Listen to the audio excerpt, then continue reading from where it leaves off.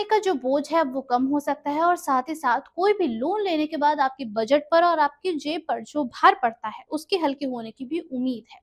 अगर आप home loan, auto loan या किसी भी बड़े बैंक लोन की ईएमआई हर महीने भरते वक्त ये सोचकर घबरा जाते हैं कि इसका आपके बजट पर बहुत बड़ा असर पड़ेगा, तो ये खबर आपके लिए है। भारत के सबसे बड़े बैंक और अन्य सरकारी और प्राइवेट बैंक्स ने अपनी ब्याज दरें घटा दी हैं। इससे आपके कर्ज सस्ते हो सकते हैं और हर महीने आपकी जो ईएमआई जाती है वो भी कम हो सकती है। इस वीडियो की शुरुआत करते हैं सबसे पहले ये समझने से कि एमसीएलआर क्या है।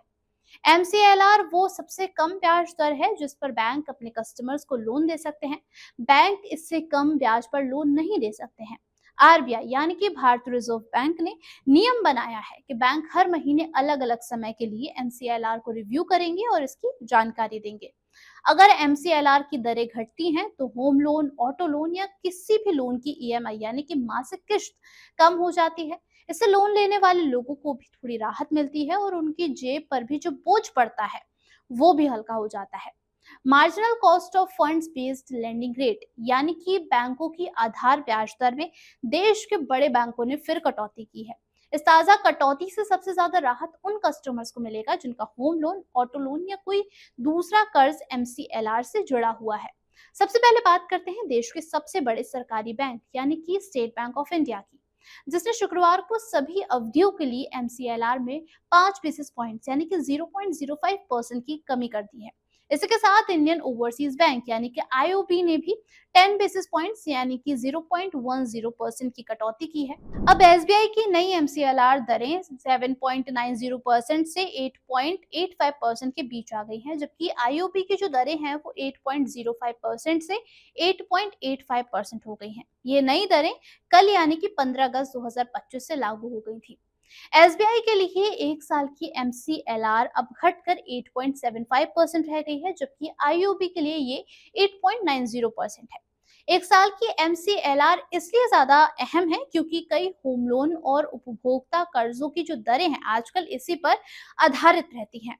पिछले महीने भी स्टेट बैंक ऑफ इंडिया ने सभी अवधियों की एमसीएलआर में 25 बेसिस पॉइंट की कटौती की थी। अब सवाल उठता है कि इस कटौती से आपको किस तरीके से फायदा होगा। एमसीएलआर वो ब्याज दर है जिससे नीचे कोई भी बैंक आपको लोन नहीं दे सकता है। जितनी जितनी ये दर घटती है उतना ही कम होता रहता है आपका लोन, और नया लोन लेना और पहले से चल रहे लोन की जो ब्याज दरें हैं वो भी घटती जाती हैं। सीधे शब्दों में समझें तो अगर आपका होम लोन एमसीएलआर से लिंक्ड है तो आपके ब्याज दर भी घटेंगे और आपकी मासिक किश्त यानी कि ईएमआई भी इसी के साथ कम होती जाती है। अन्य बैंक भी इस दौड़ में पीछे नहीं है। सिर्फ एसबीआई और आईओबी ही नहीं बल्कि हाल ही में बैंक ऑफ बड़ौदा और एचडीएफसी बैंक ने भी अपनी एमसीएलआर दरों में बड़ा बदलाव किया है। बैंक ऑफ बड़ौदा ने कई अवधियों के लिए 10 से 35 बेसिस पॉइंट तक की एमसीएलआर में कटौती की है। इसके अलावा ओवरनाइट दर जो है वो 8.10% से घटाकर 7.95% कर दी है।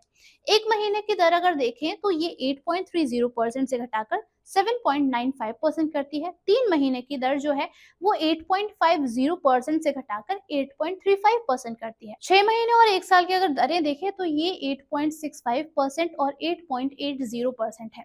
वहीं देश के सबसे बड़े प्राइवेट बैंक एचडीएफसी बैंक ने भी चुनिंदा अवधियों के लिए 5 बेसिस पॉइंट की कटौती की है, जिससे उनकी दरें अब 8.55% से 8.75% के बीच हो गई हैं।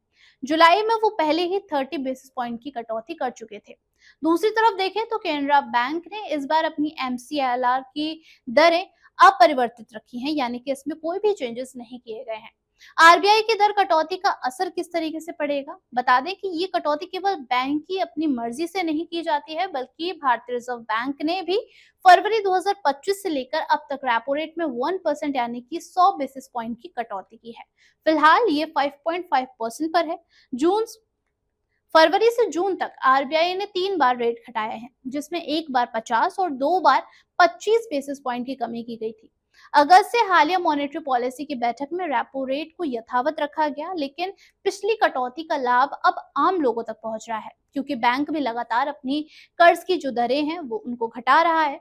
और इन तमाम कटौतियों का सबसे बड़ा फायदा यही है कि आपका home loan, auto loan, personal loan की जो ईएमआई है उसमें बड़ी कमी आ सकती है।